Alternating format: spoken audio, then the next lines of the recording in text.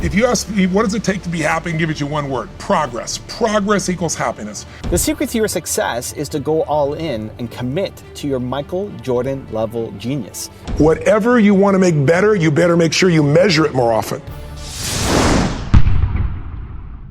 Rise and shine, it's espresso time. Hey, it's Evan Carmichael, and I am not a morning person. But when you start your day with a powerful routine that inspires you, like watching one of these videos, it can change your life. So let's start your day off right together. Grab your coffee, know that I believe in you, and get ready for a shot of espresso from Tony Robbins. I wake up every morning, espresso keep me going. I wake up every morning. We live in a culture where most people are dabblers today, because today, if you ask me, what does it take to be happy, and give it you one word: progress. Progress equals happiness. When you're making progress in your body, even if you're not there yet, you feel good. Right. You achieve your goal and you just sit around, you're not happy. We gotta grow, we gotta make progress. It's easy to make progress in the beginning of something. In the beginning of a relationship, who doesn't have a good time, right? In the beginning of starting a business, if you love what you're doing, of course you're gonna have a great time. In the beginning of anything, it's easy. A job, it's fun in the beginning, it's novelty, it's new. Mastery is when you've worked, in the beginning, learning a sport. How fast do you learn tennis? I mean, just like zooms up here. You didn't know anything, you thought love, was an emotion, you find out it's a score, You go like this, but then you hit this plateau. And most people hit that plateau, they go, wrong job, wrong relationship, wrong business, because it's not instantly fulfilling them. But the people that go, I'm gonna fight through and go deep, I'm gonna find a way to break through, I'm gonna find a way to learn and know more about this, any human alive, so that I can help as many human beings as possible, and it won't be bullshit because I've lived it. There is a power in mastery. And how many people do you know are really committed to mastery today? Most people dabble in a million things, they master nothing, and they wonder why they're unfulfilled. Because they're running for the sugar, the next thing that feels good, instead of getting past what doesn't feel good and getting to where you own something. The secret to your success is to go all in and commit to your Michael Jordan level genius. See, I believe that everybody has Michael Jordan level genius. You are the best in the world at something. And it's not what you went to school for, not what your parents did, not what you grew up thinking about, but you are the best in the world at something. So the key to you winning is finding the thing that you have Michael Jordan level genius at, and then going all in on it and using that to bring value to other people and build the business that you want. If you look at what I do, I love entrepreneurship. I love thought leadership. I love motivation. I love content that helps people believe in each other. And I love YouTube. And I love all those things, and what I've done is combine all of those into a business. And it's led me to a lot of places that I never thought I would get to. I remember when Ed Milet and Andy Frisella flew me out to their event to speak at in Whistler, and you have to pay, I think, $50,000 to be as part of their private group. So some high-level entrepreneurs, 7, 8, 9-figure entrepreneurs. And I was speaking in between David Goggins and Peyton Manning. You think of David Goggins being the most, tough, hard human alive, maybe, and Peyton Manning being maybe the greatest quarterback in the discussion of all time. And I was in between them. I got to go after Goggins, and Peyton Manning's after me. It's like, what did I just get sandwiched in between?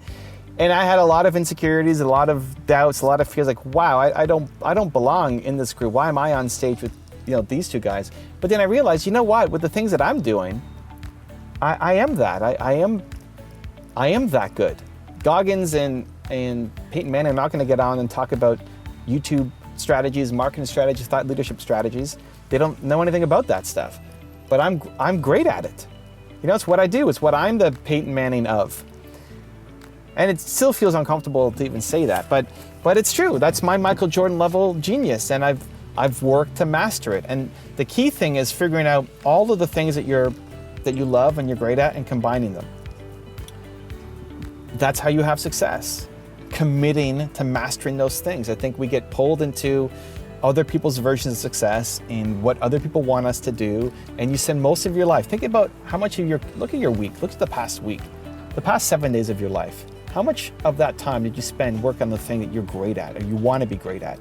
Like your Michael Jordan level, Peyton Manning level genius. How much time did you actually spend on those things versus How much time you spend on things that you don't really care that much about and you were doing for other people because they have expectations of you. And the more you can start to flip it, to spend less time on the things that just other people expect of you and more time on the things that you actually want to get great at, that's when life starts to get really good. That's when you start to accomplish your goals. That's when you start to have more financial success. That's when you start to find more meaning and happiness and purpose in the work that you're doing. Okay, so how do you do it? Maybe it's great, motivational talk, awesome. How do you actually do it? What are the steps? Step number 1, let's make a list of all the things that you love doing. What do you actually like? What do you get lost in?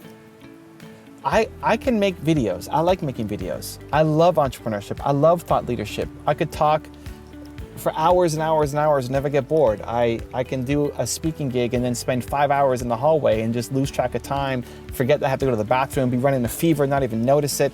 Like, where do you lose track of time? But on other things, I hate. We're going grocery shopping. Nina's gonna go grocery shopping. I'm gonna film videos in the car. I hate grocery shopping. No interest. Like 20 minutes of grocery shopping feels like 20 hours. But 20 hours of helping entrepreneurs feels like 20 minutes. So there's no right or wrong. There's right or wrong for you. What do you love? What can you get lost in? What can you do that you could spend 5 hours and it feels like 5 minutes went by? What are those things that happen consistently for you? That's step number 1, right? What do you love? What can you get lost in? Step number 2 is, this is a big one. This is where so many people make a mistake. You hopefully have a few things on your list. It's not just one thing. There's a few things that's what makes you special, makes you unique, makes you you. I'm not the only guy who cares about entrepreneurship, but when you combine entrepreneurship plus thought leadership plus believe plus YouTube, that makes me unique, right? That brings me into rooms that otherwise I wouldn't have gotten into. When you have that list of the different things you can do that you love doing, they often feel like they're disconnected. They often feel like they don't match up. And so we're thinking, okay, well, I could do this business or this business or this business or this business. Instead of thinking or, you think and. You don't have to pick one or the other, and you don't have to pick one business or another. You combine them. Not into 10 different businesses, but one business that does 10 things, or one business that does 4 things. You combine those interests of yours into one thing. That unique combination is going to make you special. And people either make the mistake of trying to launch 4 businesses at the same time, or just having to pick one thing. If you try to launch 4 different businesses, say you have 4 interests, right? 4 passions, 4 things you love doing. You launch 4 different businesses, you're gonna get just stuck in so much admin and headache and hassle and 4 different websites and social media accounts. It's a disaster. You end up getting nothing done. Or you pick one thing and focus on that, and then you end up missing the other 3 because you love all 4 of them. The secret is to combine all 4 of them into one business that's never been seen before. That's your Michael Jordan level genius. Which brings us to step number 3. How can you use those things to bring value to other people? If you're doing something just for yourself, then you've got a hobby, and it can be a really fulfilling hobby. It's a lot of fun, but ultimately a business doesn't happen until you're bringing value to other people, right? You make money by bringing value to other people. You want to make money quickly, bring value quickly to other people. You want to make a lot of money quickly, bring a lot of value quickly to other people. When you can figure those 3 things out, when you can make that list of all the things that you love doing, you get lost in, like it'd be so much fun to keep doing these things all day long instead of the job that you have or the life you're living right now. When you can combine those things, so it's not just one or the other, one business or another, but combine them in a way that's uniquely you. And then 3, use those things to bring value to other people. That's where you win. I bring value in what I do by making content. I can make money from advertising and sponsorships by making YouTube videos. I get paid to go speak on stages and deliver my message to entrepreneurs. I get paid to help people with their YouTube channels and grow them inside of thought leadership. I get paid to create books and advances on deals and royalties on sales that happen, right? You can get paid in a lot of different ways when you learn to bring value. Michael Jordan level genius, that's you. You need to find it. You need to then master it, because the potential alone is not enough. You got to actually start doing something about it. And then in that combination of what you are great at, figuring out how you can help other people, serve other people, and get paid to do it as well. That's where you win. Now I've got a really special bonus clip that I think you're going to enjoy. But before that, it's time for the question of the day. I want to know, what was your single biggest takeaway from this video and your plan of action for the next week? The science says that when you just watch a video, you get motivated, you get inspired, you have a 35% chance of following through on your goals. 35%! That's not enough. That's not enough just to get motivated. Believe Nation, we're here, you're here. The today matters. You're an action taker. When you commit to a plan of action, of when and how you're gonna follow through. When you write it down, you have a 91% chance of following through. And when you commit publicly to somebody else, it jumps to 95% chance. From 30-something% to 95% chance of you following through. Believe Nation, we need to make this happen. So question of the day, your single biggest takeaway from this video and your plan of action specific for the next week. Put it down in the comments below and I'm gonna show on screen sometime next week to celebrate you. Also, if you want to have more self-love, self-confidence, self-belief, I've designed a special free training to help you get it. The science is it can take up to 254 days of consecutive action to develop a new habit. And I want that for you. I want you to develop the habit of self-belief, self-confidence, self-love. So for the next 254 days, I'm going to send you a link by email to an unlisted video to get on for free. It's in the description below. Go check it out. If you want to change your life, my friends, you got to change your physiology and you got to change your focus. My very first thing I do when I wake up in the morning is I want to get my head right. I do this thing called priming. Today, what creates marketing is when you don't just market, but you add value to people. You know, I went through a divorce. I met a woman and fell in love with her and fell in love with her kids. She'd been married twice before me. She was 12 years my senior. So I was 24 and had a 17-year-old son instantly, an 11-year-old, a 5-year-old, and then one on the way. Really great lady, but we're completely different. No one tells you how to pick your partner. But I fell in love with the children, so I was like, I don't want to lose these kids, you know? So I eventually decided to get a divorce. And when I got the divorce, it was a not happy divorce from the standpoint of I tried to give her half of everything, but they got a 8 times and a 10 times multiple on all my companies. In those days, I didn't have 31, I had like 7. And they were small companies. They weren't billion-dollar companies. They were like less than 100 million, most of them. Yeah. And some of them were only dependent upon me, like a doctor. If I don't show up, the whole thing falls apart. And so I'm looking at this. I got to pay her 8 and 10 times. I got to pay her $50 million, and I didn't have $50 million. So I settled on $42 million. I had to pay her $42 million when I didn't have it, and I started over at 39 years old. And I had to pay her not only $42 million, but I pay her $1 million a year for 17 years. I was only married to her for 14 years, right? Wow. So I just paid that off a couple of years ago. And the reason I tell you the story is in the beginning, I had to pay her $1 million a year, plus I had to pay the taxes on it before I ate. It was, and when I met her, she was broke. Now I was broke, and I was the best in the world at what I was doing. But the power of that was, when I wouldn't let go, when I finally said, I'm gonna stop being angry, I'm just gonna automate it and let go, my capacity grew tenfold. It's like, I never looked back. It's like, because I had to come up with an additional $1 million, I had to think bigger, I had to do things bigger. So I started creating new relationships, new partnerships, new businesses, and it made me grow to a $5 billion a year company, set of companies, versus not even, a little more than 100 million back in those days. So in 8 years, my life has transformed because I put that tax on myself and I invested heavily, and I didn't have the money to do it, but I did it anyway because I had to. Yeah, gotcha, that's golden. So actually, let's talk about your companies and switch gears a little bit. I'd love to know around leadership and, to build, like collectively a $5 billion. Yeah. Like, what kind of people do you need to have around you as a leader? What's interesting, in the early stages of myself as an entrepreneur, I started all these companies from scratch. And then I met a gentleman, the gentleman who started MTV, and we had this really cool conversation. He said, Tony, it took me a decade and a half to really build up MTV. And he said, and then I built another company, and he said, Tony, what I realized? It takes like 7 years, that was his number in his head, on average, to go from scratch to build something that's really stable and strong and so forth. And he goes, I realized there's only so many 7-year cycles in my body. And he said, but if I went to a company that already has been around for 7, 10, 20 years, and I bring my ability, my vision, my ability to grow that business, my ability to inspire the people, my ability to produce resourcefulness, then I get a multiplied effect. And he goes, Tony, you're the best in the world at what you do, but damn, you work your tail off. And so he asked me if I'd come speak. One of the companies he took over was Century 21 Real Estate. Yep. And he said, why haven't you ever spoken for us? I said, because your company asks me over and over, but they're cheap. They want to pay me $100,000 and my fee's $250,000. He goes, we'll pay the $250,000. I said, no, for you, I'll do it for free. Because he's a friend, and I'm learning from him. So I came and did the speech, and afterwards he sat me back down, and he goes, Tony, there are 10,000 people here. He says, I know like all my financial guys, they all look to you, but you're like a rock star from middle America. These people in gold jackets selling real estate. He goes, do you know how much our business increased in those 4 months? And I don't remember the exact number, it was like 22 or 23% or something. He goes, do you know how much money you made me? And you got nothing. he said, let me give you some advice. Go find people that have some form of momentum that you can turn it around and get a piece of that. And that's how I changed. So what I looked for were businesses that I felt tremendous emotional connection to because I felt they touched people's lives in some way.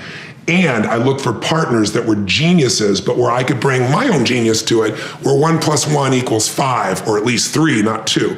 And by doing that, I got pieces of these different companies, and then it just grew and grew and grew and grew. So I'm in virtual reality. I have a company called NextVR. My partners are geniuses, and we just locked down the exclusive for the NBA. So instead of Monday Night Football, we have Tuesday Night NBA, and you literally, it's like you're on the court, you can look and feels like you can reach out and touch LeBron. It's mind-boggling, and there's no cords or computer. It's all done off your phone with an app. It's mind-boggling. Wow. We also have the exclusive for Live Nation for all concerts. So you can be right there next to Jay-Z or Beyonce, like you feel like you can touch them, right? I have a company that's #1 guy in stem cells in the world. I have a company that does genetics, that's just genius. I've got companies that are in the education space. I bought Adweek with a group of partners. I have my financial companies. So the diversity I have is mind-boggling, but that's also the secret to investing. If you got all your eggs in one basket and there's a problem, you need to make sure you run your business really successful, give it your all, not start 20 of them. But once that business really is strong and your investments are strong, then you can build a second one. Most people, they build a business and then it's not going as well as they want, so I start another business because it feels more exciting. And it's like you have one child you're not taking care of, so let's have a second child and a third child, and it just doesn't work. But the diversity of it also makes me excited. So I manage 12 of them actively. The others, I have such great partners. Like, I own the Major League Soccer new franchise in LA. I'm a partner in that. It's called the LA Football Club. But my partner is Peter Guber, who owns the LA Dodgers and owns the Golden State Warriors, and about as smart a human as you could ever have in the sports field. And then I bought in the esports field. It's mind-boggling. We fill whole stadiums now with people watching people play video games. So I bought Team Liquid, which with my partners, with Peter and everyone else, and so, the opportunities are just amazing because I'm partnering with people who have skills that are the best in the world, and I'm bringing mine. And when you combine them, you get a greater impact. I see. I'm curious, when it comes to focus versus having multiple businesses, how do you know when you're ready to start to diversify? It's a great question. When I was 32, 33, maybe 34, somewhere in that range, I was really frustrated because I love what I do for a living. Its emotional rewards are gigantic, but it's not a business that has a great deal of opportunity for maximizing profit because it's a low margin business. And I didn't get into it saying what's the best business to get in. It's just I'm an artist. I want to help people change their lives. This is my mission. So we were in the 9-10% margin, and it doesn't take much of a challenge when your margin's that small to have a real challenge in your business. So I called a group of billionaire friends of mine that I've coached over the years, and I always want to be the giver. I never asked for anything, but I said to them, look, I have these 7 or 8 opportunities that are being put in front of me that look incredible. I still want to run my core business, but I'd love to get your coaching.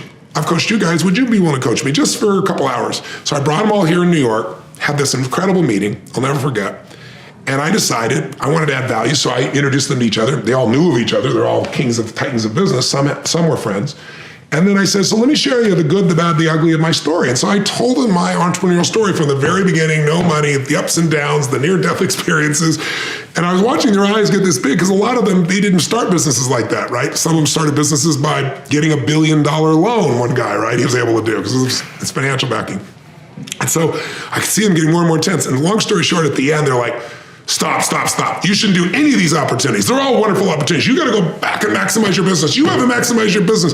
And one of the guys had just been to one of my seminars, my Unleash the Power Within seminar, and he came up to me and said, Tony, it's the most incredible thing I've ever done in my life. He goes, Tony, you work so hard. You're on stage 12, 14 hours a day. I don't know how you hold people's attention. People won't sit for a 2-hour movie, 3-hour movie. And you got people, so you're never going to want to do this when you're like 42. This guy's like 32. Same guy, 3 weeks later goes, you're not working hard enough on your business. I'm like, what the heck? And what it was they all reacted because they're used to a different type of business. And one of the guys afterwards says, hey, and I was near tears because I walked in thinking I had the greatest business opportunities in the world, and I walked back feeling like I'm a piece of you-know-what, right? And one of the guys, a billionaire, says to me, he goes, hey, Tony, where are you staying? I said, I'm at the Four Seasons. He goes, I'm staying there too. It's 3 blocks away. Can I walk with you? I want to get your advice on something. I thought, who, me? Dumb F? I'm the one you want this advice from, right?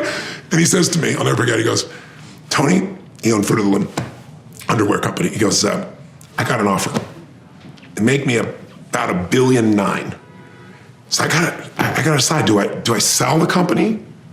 Do I build it up bigger and then sell it? Or do I keep it for my son? And I said, Bill, I love you to death. I said, you already know the answer. You want me to confirm it for you. Let's be honest. I said, first of all, if you sell the company now and get $1.8 billion, $1.9 billion more, it's not gonna change your life one iota. You have the planes, the cars, the homes, all that stuff, plenty of cash. It's not gonna change your life. But if you sell when the business is not at its peak, you'll resent yourself later on. You'll be mad because you're a guy that loves to maximize. He goes, oh, you're so right. And I said, keeping it for your son? He's 5, right? Does he want to be the underwear king? I don't think so. I said, go build it a little bit more to the level you know it is and then sell it, right? And he goes, oh my God, it's so brilliant, so great. But what I got out of this conversation that changed my life was I hated it. I felt they didn't understand, and they didn't understand a bunch. But I said, there's got to be some truth in there. And then I saw this story about this guy who spent, I think it was 17 years looking for this Spanish galleon. His name was Mel, I'm blanking on the last name, but it was very famous in the 1990s, 80s. And he literally made no money, found nothing. Like 16 years into it, he had to convince people to give him more money. One of his members of his crew died. It was the most brutal approach. How could you possibly keep going out there looking for treasure and not finding it for 5 years and not give up, or 10, 16, I think he went 18 if I remember correctly. And he found $500 million worth of gold. So I asked myself a question. I said, what would make a guy go 16, 17, 18 years with no evidence of success and keep doing it and convince people to give him money and keep going, working 7-day weeks? He'd have to believe something different than other people. What would he have to believe? And I thought first he'd have to believe the treasure's there. I didn't believe the treasure was in my business, so you didn't find it, right? Second, you'd have to believe I will find it. And third, to go that many years, you'd have to believe it's worth it. And I shifted those 3 beliefs in my business, and once I committed completely to that business and nothing else, I grew that business like crazy, and I ended up selling half that business for $200 million, the business that looked like it would never make anything. Oh, wow. When I did that, I said, now I'm a successful entrepreneur. Now I'll take on some other companies because I'm not BSing myself. I've really built it. This idea you're going to go build 9 companies, nice ego stroke, no way you can give them the focus that you need. But today, I can do more with my pinky than I used to be able to do working 20-hour days because I know more people, I have more context, I have more strategy, I have more tools. And so you've got to make sure you maximize something and really make a real business. You want to know your real test? Could you sell the business tomorrow for a significant multiple? If not, don't start another business. Or get rid of this business, sell it, and start something fresh. But most people are always looking for what's easier, and it always looks easier. What you really want to do is maximize the business you're in. Emotion is it, and if we get the right emotion, we can get ourselves to do anything. We can get through it. If you're creative enough, playful enough, fun enough, can you get through to anybody, yes or no? If you don't have the money, but you're creative or determined enough, you find the way.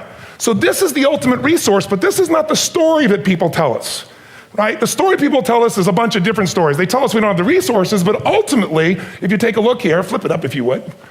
They say, what are all the reasons they have in common? We've said that. Next one, please. He's broken my pattern. But I appreciated the energy, I'll tell you that. What determines your resources? We've said decisions shape destiny, which is my focus here. If decisions shape destiny, what determines it is 3 decisions. What are you gonna focus on? Right now, you have to decide what you're gonna focus on. In this second, consciously or unconsciously, the minute you decide to focus on something, you gotta give it a meaning. And whatever that meaning is, produces emotion. Is this the end or the beginning? Is God punishing me or rewarding me, or is this the roll of the dice? And emotion then creates what we're gonna do, or the action. So think about your own life, the decisions that have shaped your destiny. And that sounds really heavy, but in the last 5 or 10 years, 15 years, haven't there been some decisions you've made that if you made a different decision, your life would be completely different? How many can think of one, honestly? Better or worse? Say aye. So the bottom line is maybe it was where to go to work and you met the love of your life there. Maybe it was a career decision. I know the Google geniuses I saw here. I mean, I understand that their decision was to sell their technology at first. What if they made that decision versus to build their own culture? How would the world be different? How would their lives be different? Their impact. The history of our world is these decisions. When a woman stands up and says, no, I won't go to the back of the bus, she didn't just affect her life. That decision shaped our culture. Or someone standing in front of a tank. Or being in a position like Lance Armstrong and someone says to you, you got testicular cancer. That's pretty tough for any male, especially if you ride a bike. Right? You got it in your brain, you got it in your lungs. But what was his decision of what to focus on? Different than most people. What did it mean? It wasn't the end, it was the beginning. What am I gonna do? He goes off and wins 7 championships he never won once before the cancer because he got emotional fitness, psychological strength. That's the difference in human beings that I've seen of the 3 million I've been around, because that's about my lab. I've had 3 million people from 80 different countries that I've had a chance to interact with over the last 29 years. And after a while, patterns become obvious. You see that South America and Africa maybe connect in a certain way, right? Other people say, oh, that sounds ridiculous. It's simple. So what shaped Lance, what shapes you? 2 invisible forces, very quickly. 1, state. We all have had times. Have you had a time you did something and after you did it, you thought to yourself, I can't believe I said that. I can't believe I did that. That was so stupid. Who's been there? Say aye. Have you ever done something after you do it, you go, that was me. Right? It wasn't your ability, it was your state. I should be able to change that quickly, but what I want to finish with quickly here is your model of the world is what shapes you long term. Your model of the world is the filter. That's what's shaping us. That's what makes people make decisions. We want to influence somebody, we gotta know what already influences them. And it's made up of 3 parts, I believe. First, what's your target? What are you after? Which I believe, it's not your desires. You can get your desires to goals. How many of you got a goal, desire, and thought, is this all there is? How many been there? Say aye. So it's needs we have. I believe there are 6 human needs. Second, once you know what the target that's driving you is, and you uncover it for the truth, you don't form it, you uncover it. Then you find out what's your map. What's the belief systems that are telling you how to get those needs? Some people think the way to get those needs is destroy the world. Some people is to build something, create something, love someone. My very first teacher was a man named Jim Rohn, and he was a personal development speaker.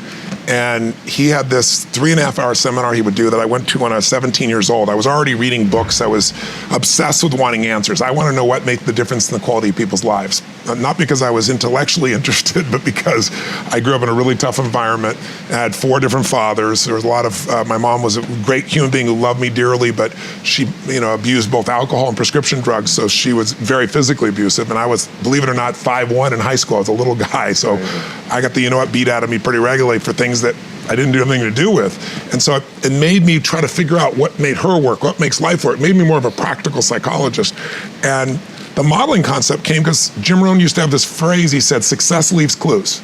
He said, if there's anything you want in your life, don't assume that somebody has some special gift. They may have a gift, but they probably developed it, most of it. And if you sow the same seeds, you'll reap the same reward. So figure out what this person's doing different than anyone else and do that. He used to have a funny way of describing it. He used to say, Tony, find out what poor people read and don't read it.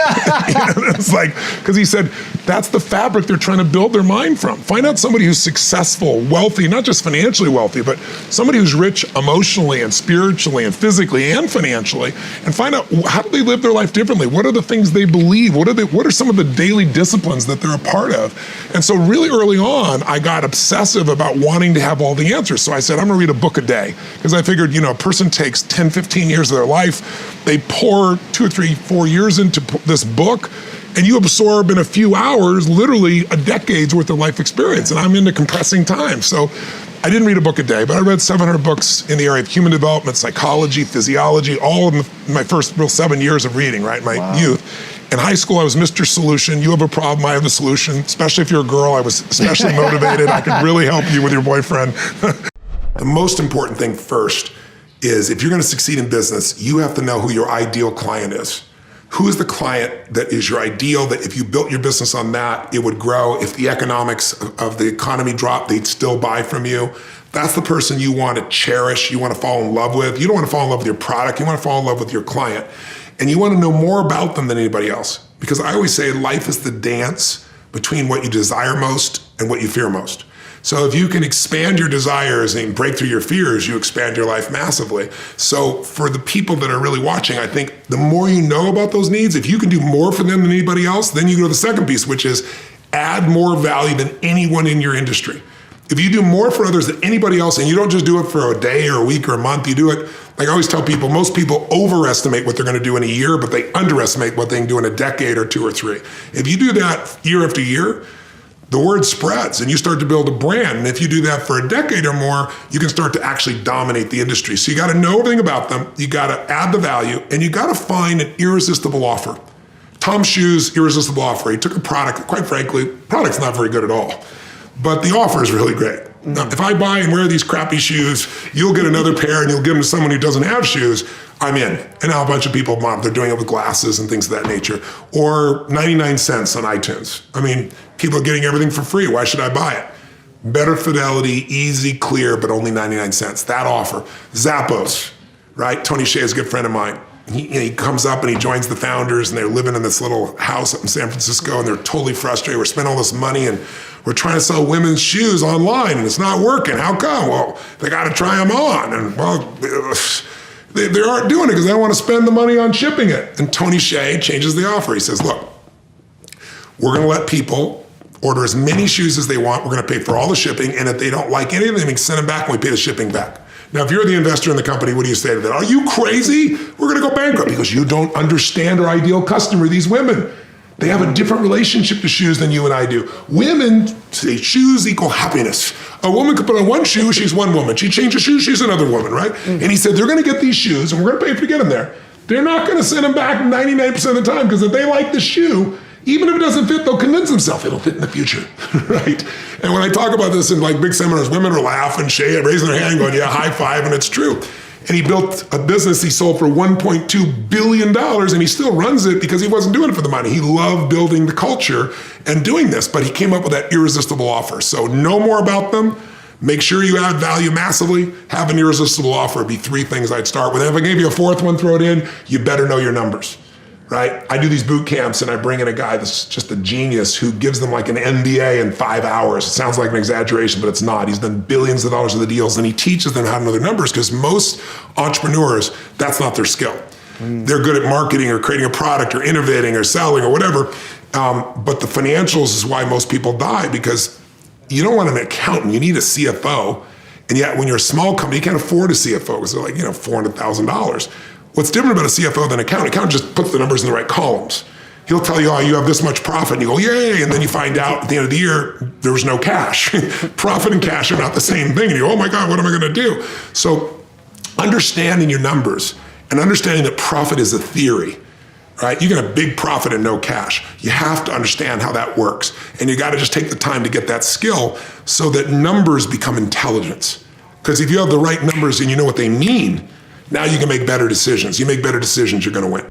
I believe in energy, I believe in inspiration because inspired, in spirit, the opposite of that is kind of dead, right? So I believe in being inspired, but I'm a strategist at my core. And if you're inspired and you run east looking for a sunset, I don't give a damn how enthusiastic you are, how positive you are, it's not gonna happen. Right. So I'm a strategist first, but I really do believe that people have gotta look at their life and say, as much as I want great strategy, I need a great philosophy of my life that's gonna make me fulfilled. Right. If you're fulfilled, like you said, you mentioned earlier, if you were with your friends and you guys weren't succeeding, but you're having a damn good time with this camaraderie, it's still worthwhile. And you can find a way to succeed eventually. But what the hell is success? It's hitting an expectation. And I always tell people, man, trade your expectations for appreciation and it's a whole new world instantly. Yeah. If you can appreciate this moment, if you can't find ecstasy in this moment, in a conversation with a friend and looking in your wife's eyes, being with your children, going on a run, if you can't find ecstasy now, I'm here to tell you, more money, more people, more love, more business, more anything is not gonna give you more ecstasy. Right. If you can't do it here now, you're not gonna do it there when you got more. Yeah. So why not do it now and have a rich life right now? I tell people, money, that's one thing. Like having financial abundance, there's skills, that's a science. But wealth, it's a decision. It's like you can be wealthy right now. I live in Fiji a good portion of the time. There are these villagers there. They're the richest people I know. They're happy, they laugh, they love, they don't give a damn about the economics. Other people say they're poor. When I first went there, I was trying to do things for them. They're like, what are you talking about? I'm so happy. Wealthy people come over from the United States and they go travel around and try to figure out what to do, and they're gonna spend 9 years to do this and this and this so they can finally sit down and be happy. And the Fijian guy goes, why don't you sit on the beach right now, dude, and experience it? Why spend the 9 years? Why not have it now? $1 million. But the habitual emotions you go back to are frustrated, pissed off, then your life is called frustrated and pissed off. It doesn't matter how much money you have. Write this down, please. The quality of my life is the quality of my habitual emotions. The quality of my entire life is nothing but the quality of my habitual emotions. Whatever habits of emotion. Wherever my emotional home is, I will find a way to get back there. And until I change that, I'm gonna have a problem. How many of you see people in some part of the world, in my country, for example, you'll see this in the middle of America where there's certain places that have cyclones all the time. Or maybe down in New Orleans or places where every few years you get a huge storm that wipes out everybody right on the coast there. But then 2 years later, it happens again. They rebuild, it happens again. How many have ever thought to yourself, why don't these people move? And why don't they move, guys? Because it's what they're conditioned. They call that home. I don't want to leave my home, it's what I know. It's easy to see when it's somebody else and it's physical. It's harder to see when it's yourself and it's emotional, because we have an emotional home. Some of you grew up in a really tough environment. I did too. Pretty brutal environment. Very painful environment. Part of I am who I am is because I didn't want to suffer and I had to find answers. And because I suffered so much, I don't want you to ever suffer if I can do anything about it. I can't control it, but I can help massively. But it's only because I suffered so much I don't want anybody else to. But think about it. Most people suffer even when they're successful. Listen, if you're successful and you're not fulfilled, that's the ultimate failure. If you got people that love you and you're not feeling joyous and alive, something's wrong. And you know what it is?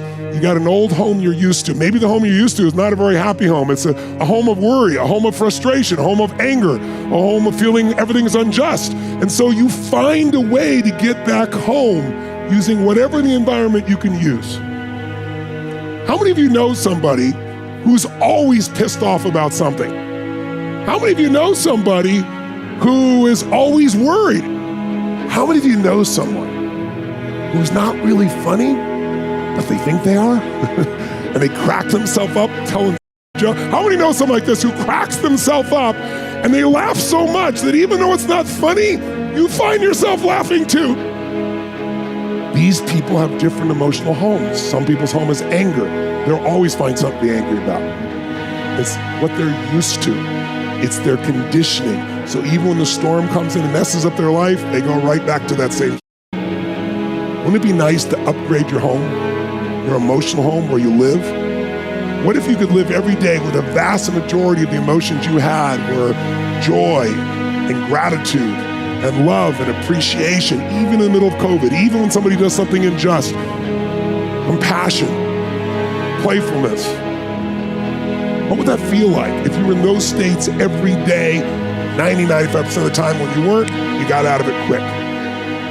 You can make that change this weekend, and I'm not exaggerating an ounce. I'm not saying you're gonna be perfect and never have a negative feeling, because negative feelings are sometimes a signal to make us change. But most people have a negative feeling and they just hang on to it and keep living with it and find other things to be negative about. That will never give you what you want. The money won't do it. The acknowledgement of others won't do it.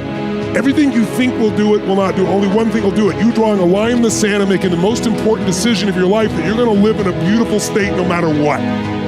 Because life is too short to suffer. We have a choice. Listen to me. Pain is sometimes part of life, but suffering is a choice. But for most of us, not a choice, because we have the habit of suffering, being stressed, being worried, being frustrated, being pissed off. And because we're wired that way, that's the muscle we built. But if we rebuild our home here so it's even more magnificent, then you can have the life that you desire and deserve. And you can do it in one weekend only if you give your all and push enough energy out while you're doing it, while you're learning. So how do we invest without fear of, oh, it's going down, I need to take it out, or like trying to time it? How do we do that? Great question. It's one of the main reasons I wrote the book.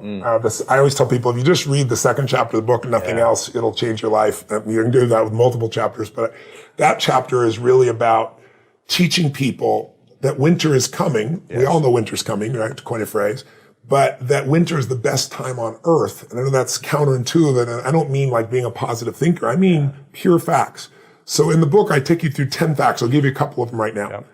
The first fact I give people is, why do people not invest? They're afraid of failing.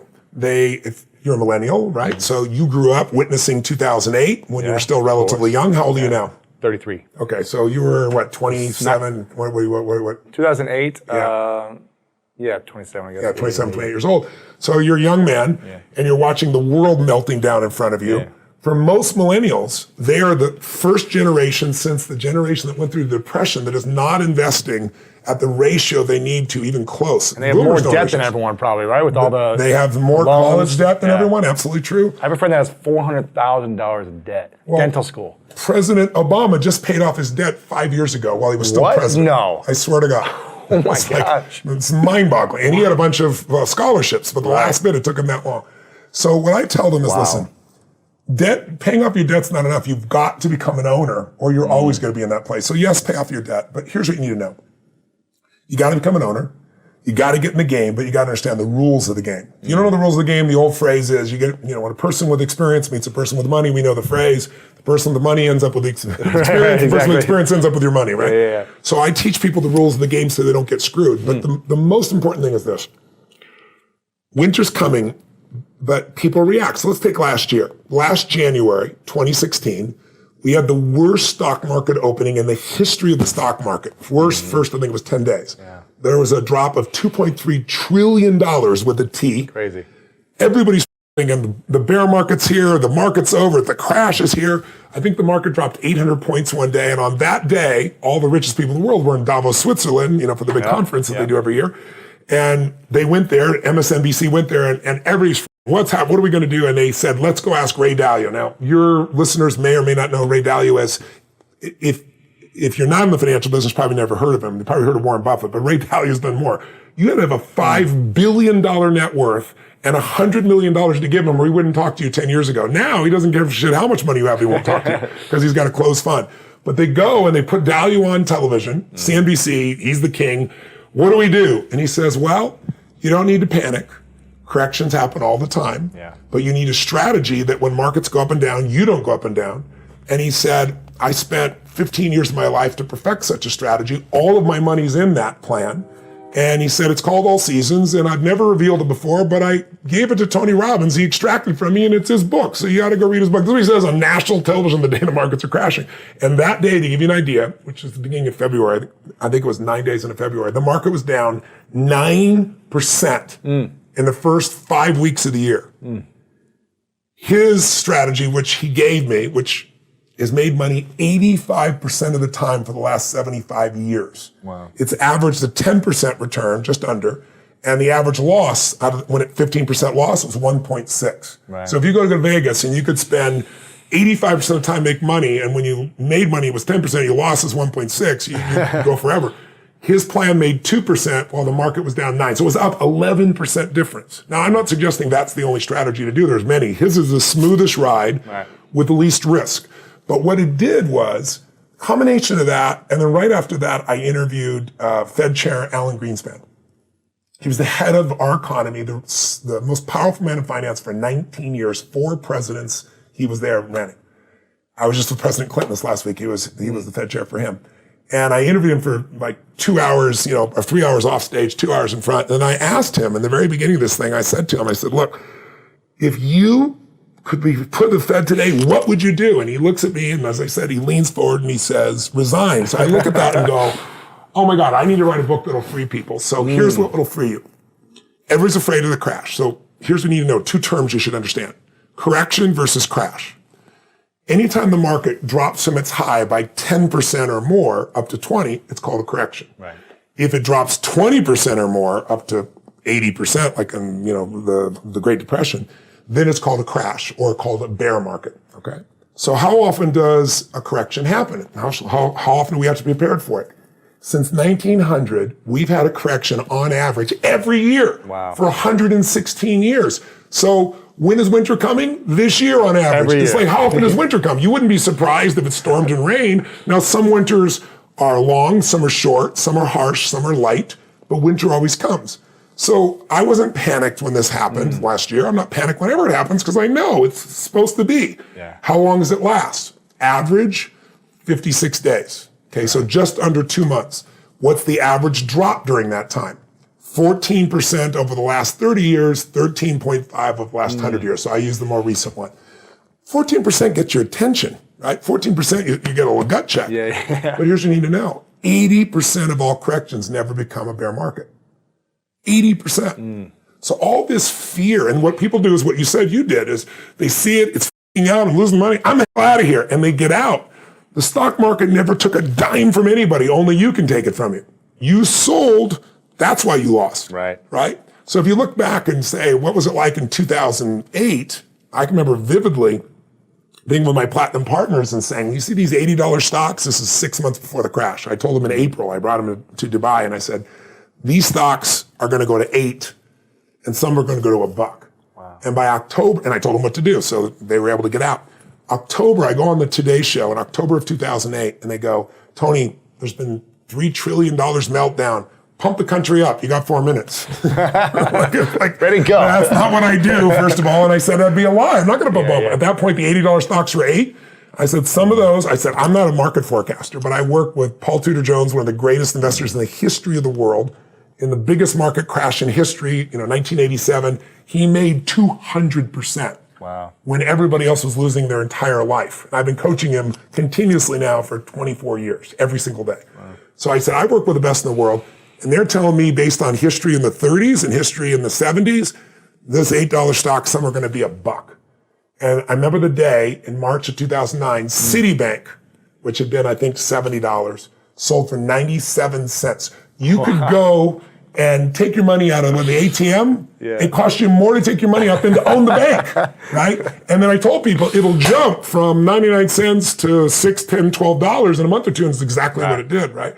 So what you got to know is corrections happen every year. You got to know they're a couple months. You got to know it's 14%, and you won't lose because 80% of the time it doesn't go to a bear. Now, what about the bear?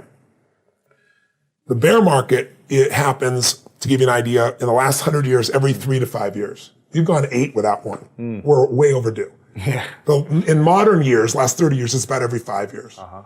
The average length of a bear is 1 year. The average drop is 33%. Wow. A third of those drops go 40% or above. That, I don't care how well prepared you are, that's a scary thing. Yeah. But it is the greatest opportunity in your lifetime to go from wherever you are financially to where you want to be. I hope your audience is listening right now. Hear me. If you want to leapfrog and you're a millennial and you think there's no future, or you're, a baby boomer and you think you're too old and it's too late, the greatest gift you have is coming. I know it doesn't sound like it. This is not positive thinking. This is the truth. Wall Street, the stock market, is the only place that when things go on sale, people freak out. If I said, you like Ferraris? Sure. If I said to you, Ferraris go on sale for 50% off. Awesome. But when I tell you Apple's on sale for 50% off, you go, oh, what am I going to do here? What's wrong? The whole world's coming to an end. If you think about it, how old are you? 33. 33. So let's assume if you were 35 and you lived to 85, you got 50, 52 years ahead of you. That means you have 52 more corrections to live through. Right. That means you're probably in those 50 years going to have 10 more bear markets to live through. If you're going to have a gut checks every time, or you're going to leave out of it, right. If you didn't participate because you thought, the market's too volatile, I can't trust it, all that stuff, you missed 250% return in the last 8 years. I mean, you've missed out on everything while you're waiting for things to be better. And if you won't do it when it's like this, when it crashes, you're not going to get in. Sure. So here's the good news about the bear. The good news about the bear, average ones a year. Could be longer, but that's the average. Could be shorter. But here's what's cool. Every single bear market in the history of the United States has led to a bull market, meaning right afterwards. So 2008, this plummeting, what happened in 2009, up 67% in a year. I can show you every single bear market, and the next year when it comes out, it's this explosion. Now, that's not true in every market in the world. It's true for 2 centuries in the United States. Wow. So that's why Warren Buffett says, I want to be greedy when people are afraid.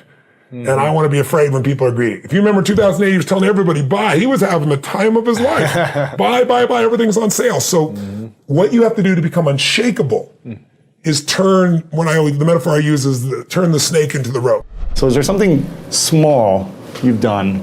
An example was you giving money to, that child. It was a great example of that. But is there something recently you've done that's so small that you're really proud of? A lot of people don't think proud is a good term. I think it actually is. Ego is edging God out. That's when you make shit up to make yourself feel good. But I think if you've really done something, you have, and no one could take that from you.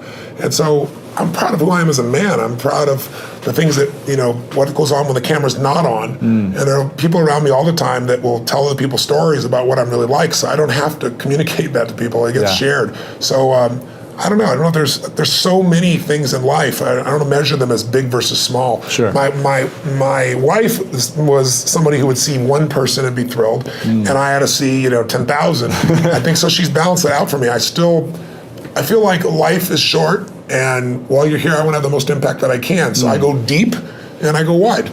But every interaction to me is an important interaction, and sometimes that interaction is just being kind. I know it sounds stupid, but kindness can, to the right place at the right time. Somebody can be suicidal, you don't know it, and you're being kind, and it changes their state. Yeah. It's an interesting story of there's a gentleman who wanted to kill Nixon, and he couldn't get access to Nixon.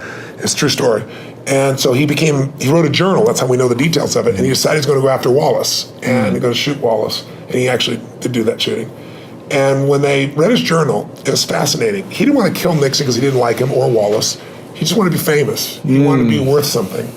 And one of the reasons he didn't kill Nixon is he was going after Nixon, and he was this far from the president, and an old woman bumped into him just as he's reaching his pocket to get this gun. And in the middle of this, everything's frenzied. He wants to shoot, become the most famous man, another one of those assassins. And this woman grabbed his hand and said, "I'm so sorry. I'm just so sorry." Really? And he said in his journal afterwards, his hand was on the gun. Wow. And her looking in his eyes with this love in her eyes and this kindness in her eyes, he said, "I couldn't make her witness that," and he put the gun away. Oh, man. That saved Nixon's life. Wow. Right. So we went after Wallace, But that's the power of a moment of kindness. So I think we underestimate. Somebody came and fed my family when I was 11 years old. Obviously the person must not be alive still because I've told the story these last 20 years, and they haven't reached out to me. Yeah. But imagine what the impact of that was by that one little act of kindness. People ask my wife all the time, "What's something about Tony that nobody knows?" And she says, "The level he prepares." So that was Ray Dalio. I know I got a chance to be with literally the Da Vinci of investing. Most average people have never heard his name, but you have to have 10 years ago, you should have a $5 billion net worth, and you had to give him $100 million to start with for him to talk to you. Right. Today, he won't talk to you and take your money no matter how much money you have. He's closed his fund out. He won't do a dime more. So to do that, I couldn't consciously walk in and just say, okay, I've read everything that's available. I had to watch every video. There's only a few out there. I had to read every piece. I had to tear it apart and see if I could understand his entire structure of investing so that when I was there, I could ask questions no one else has asked before. And as a result, he actually shared with me, he's averaged a 23% return for 21 straight years. Billions and billions and billions of dollars. Smartest man, one of the smartest men alive in that area. And because I understood so much, we could pitch and catch. Right. Most people, they can just throw the ball, right? But I want to be able to throw the ball and have you throw it to me and throw it right back to you, right? That's where we get something that's really exciting. And because I prepared at that level, he was saying to me afterwards, he goes, "You know this better than anybody I know." And so it opened him up more. And you talked to me in more detail. And in the end, he actually gave me a strategy that I said to him, I said, "Look," I said, "Ray, you're one of the most generous men I know." I said, "You've just given me this incredible strategy, but the strategy was like explaining why most people lose money, and here's how he's made money in every market," right?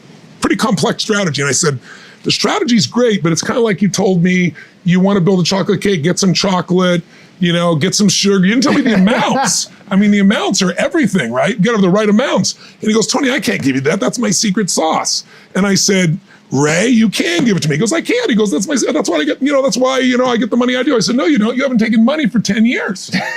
I said, "You're going to give away half your net worth anyway." I said, "You just got done telling me the average guy is never going to do this. Help me out. Give me your secret sauce," right? And I got him laughing. He goes, "Well, Tony, it's kind of complex." I said, "I'm good at taking complex and making it simple." He goes, "Well, I use leverage." I said, "Create one without leverage so the average guy could do it." Right.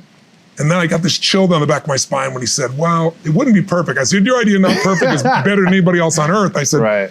Tell me." And then I took out a pen and just said, "Tell me the numbers," right? And he looked at me and goes, "Well, let's try this." And he starts to lay this thing out.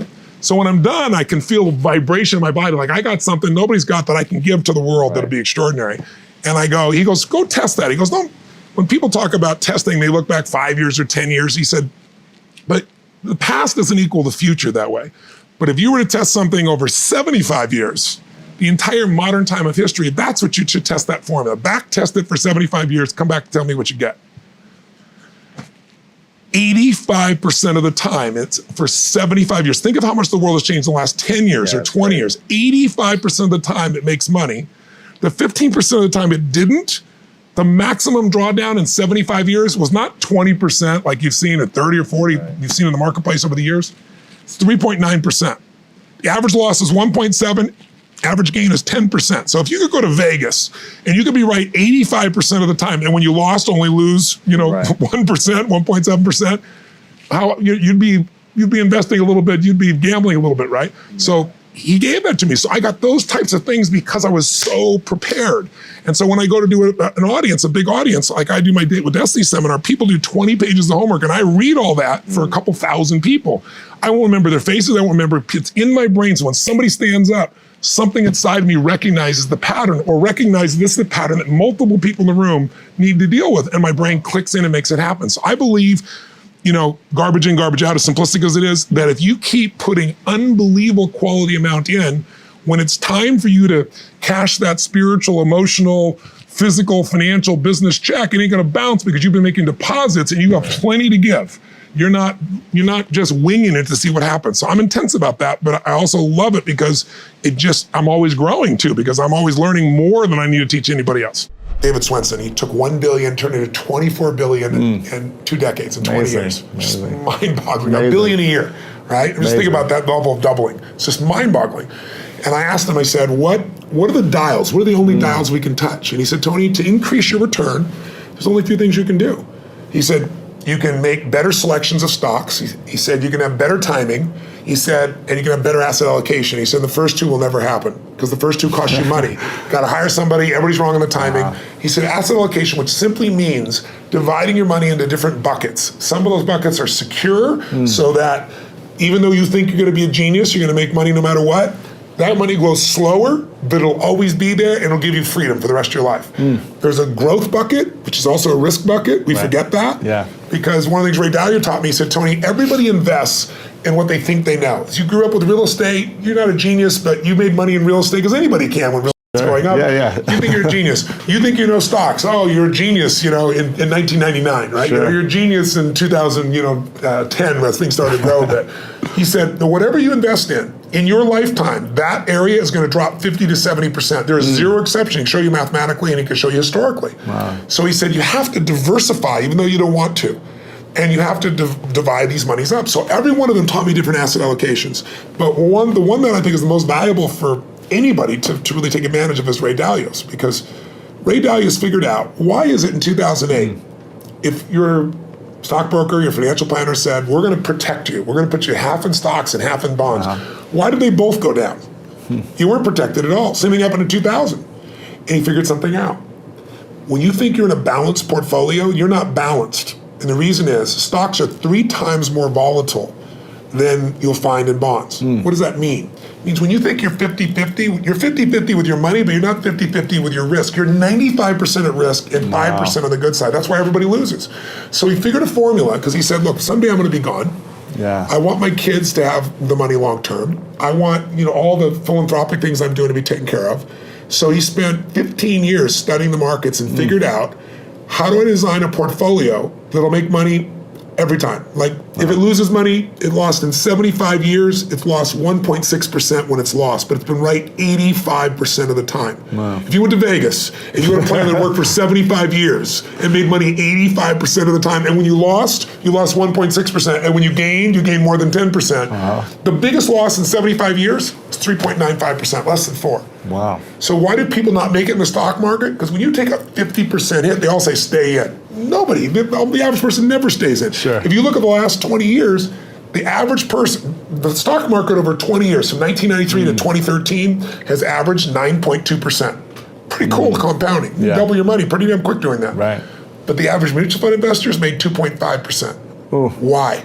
Because they freak out, they sell when it goes down, they buy when it's looking good, which is the wrong time to buy it. They don't know what to do. So what Ray Dalio's strategy does, and by the way, he's never shared this strategy ever publicly. And he gives it in here. He gives it in here, which is mind-boggling. I pushed him, I teased him, I cajoled him. In the end, I said, look, you're not taking any more money, help the average guy out. He lays it out, you can do it yourself or you can have someone else do it for you, but it takes 15 minutes a year and 85% success over 75 years. And I could take any time period, the last 30 years, He lost money 4 times.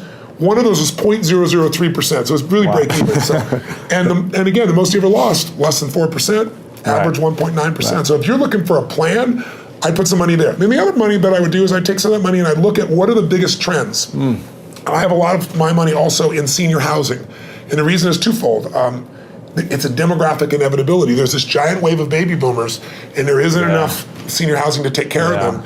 And I like it. I like to create a quality place for someone to be able to be lived and taken care of and so forth. But there's huge income from it, and there's the growth in the asset itself.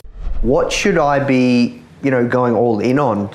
As millennials that are starting businesses, like many people in our community, they're going all in on their business, and they're sacrificing profit for growth. So they don't have that much spare change. What's your advice there? What are your thoughts? I'm really glad you asked me that question, because every entrepreneur I meet, I have this conversation with one-on-one people that are my friends. And I do it in my business seminars too. And I show people, I do business boot camps, and I spend 5 days showing them how to grow their business 100% plus. And then I take a half a day and show them what to do to have a second business. Here's what I'd say to you if you're a founder out there, if you're somebody starting an organization. The amount of money that you get, whatever cash you have, if it's a growing business, will always be eaten up by the organization. So a friend of mine, Ken Blanchard, he wrote the 1 Minute Manager books you may have read years ago. I met him 30 years ago, and I helped him take 5 strokes off his golf game, so he thought I was God. And I don't play golf. I just know what to do here and here with somebody. And so afterwards, he goes, I want to do something for you. I said, look, I don't do anything. About 2 months later, he calls me up and says, I want to have lunch with you. I want to give you a gift. He said, I want to share with you the best financial advice that changed my life. So what is it? He said, this very wealthy friend of mine saw I was writing a book, and he saw I was growing my business, and he said, I want to tell you something. A business, he said what I told you earlier, will take whatever cash is there, because a growing business, there's always needs. He said, you have to draw a line in the sand. And he said, your book should be the first line in the sand. You should put none of that money in your company. The clients that like the book will become clients of the company, and you shouldn't take that money. You should put in an investment account that you don't touch, and it continues to compound to create financial freedom. He said, Tony, I took his advice, and then I went through 3 different stages where we almost went bankrupt in the business because I had so much cash and money, I wasn't stressed. So I was able to keep my head straight and run my business better. Because if you think about it, and I did that too. I did it with my first books. Now I give away all the profits of my books. My first books and my first infomercials. And I work, 275 days a year on the road. I never earned as much as I did by compounding, because compounding changes the game. So what you have to do if you're a business owner, you have to get yourself where you say, I'm going to put a tax on my business. Not the government tax, my tax. My future self is going to be free forever. Because look, in business, 96% of businesses don't make it in 10 years. I'm sure all of yours will, but even the 4% that make it aren't necessarily profitable. So, and the reason is because government can change the rules, right? Taxes can shift, radically affect it. Clients shift their preferences, technology, new competition. So I tell everybody, I believe you'll make your business succeed, but everybody should have a business on the side with no employees, no moving parts, 20 minutes, 15 minutes, 30 minutes a year to rebalance it, so that if anything happens here, you're still strong and you can make this stronger. Or if this goes well and this goes well as well, you have twice as much money and you're there. But you gotta understand what this compounding does, right? This compounding, you don't need a lot of money to get really, really wealthy. One of the examples I put in the book here was the example of a man who talks to his son. He's 18 years old, and the man understands finance and understands the power of compounding. So he says to his son, you got your first job, you're 18, I'm gonna require that you take $300 every month, $150 a paycheck, and we're gonna automate it to this separate account. And his son's like, I can't do that. He goes, let me tell you why you wanna do it. It'll be up to you. If you promise to do that and you really do it and you automate it so you don't see it, and you do that for 8 years, you'll never have to invest again and you'll be financially set for life. His son goes, come on, Dad. 8 years, $300 a month, what is that? If he does the math, he goes, that's $28,000, over 8 years, $28,800. $28,800, how's that gonna do anything? Especially if I don't have any more money after 27 years old. He goes, let me show you, son. The market's gone up 10% over 30 years. Let's apply a lower number, let's do 8%, be conservative. Let me show you what the numbers are when they compound. You know how much he has when he retires? $1.8 million, and all he put in was $28,800. If you want a breakthrough, not just a little change, you can change laterally. You can go from being pissed off to frustrated. Right. Doesn't help you much, right? But if you really want to change, most people are trying to change. Say you want to lose weight, they want to make money. They go, how do I do it? They look for the strategy. But I'd like all three of you to think of 3 S's. Strategy is where most people go first. Like, how do I do it? But how hard is it really truly to be fit and have energy? It's not that complex. It's not like reserved for the 1% or expensive to learn. You have to interrupt, you have to hide from the answers to those things. The real problem is the second S, story. See, the reason the person's making progress, they may not know what to do. Sometimes that's true. But some people know what to do and they don't do what they know. Yeah. That's most people. Yes. And so why? They have a story that says, it's a set of beliefs they tell themselves over and again. I've tried everything. Or if they're single, all the good ones are gone. Whatever the story is. And if you tell yourself a story over and over again, Hitler used to say, tell a story big enough, loud enough, long enough, people believe you. Well, we're Hitler to ourselves. We convince ourselves. The thing we really need though is, you always come up with a lousy story when you're in a lousy state. Yes. And so the number one thing I show people to do is how to change their emotional state. When you're feeling tired or frustrated, when you learn how to change your body so that you really feel excited and isn't fake, when you learn how to change your biochemistry, which is what I teach people to do. For example, when you're in love, when you're upset with someone, do you ever notice how you can now remember everything that they've ever done that ever upset you? Right? Yes. And when you're in love, when you're totally in love, everybody make the sound of being in love. Try it. Oh, it's been a while for some of you, clearly. Let's try it again. Out of your mind in love, you can't stop thinking about the person. Make the sound how that feels. Go for it, everybody. I will work on that. But when you're in love, what's wrong with life? What's wrong with anything? When you're in love, we have no money. Who cares? We're in love. Right? So your emotional state controls the story you have about your life, and then your story determines whether you find a strategy, or even if you know the strategy, whether you really do it or not. When people say I tried, what they're really telling me is I have a story that says I should try this, but it's really not going to work. So I give it a half-reared attempt and it didn't work, and now I can tell people I tried. What you really got to do is learn to change your emotion, your state, change your story, and then you can find the strategy, or you can make the strategy to work. If you want another amazing Tony Robbins video, check it out right there next to me. I think you'll love it. Continue to believe, and I'll see you there. There's a portion of my income that no one's going to get. Save 10% of everything that you make. That means I've doubled my return relative to my risk, right? Ooh, that's good.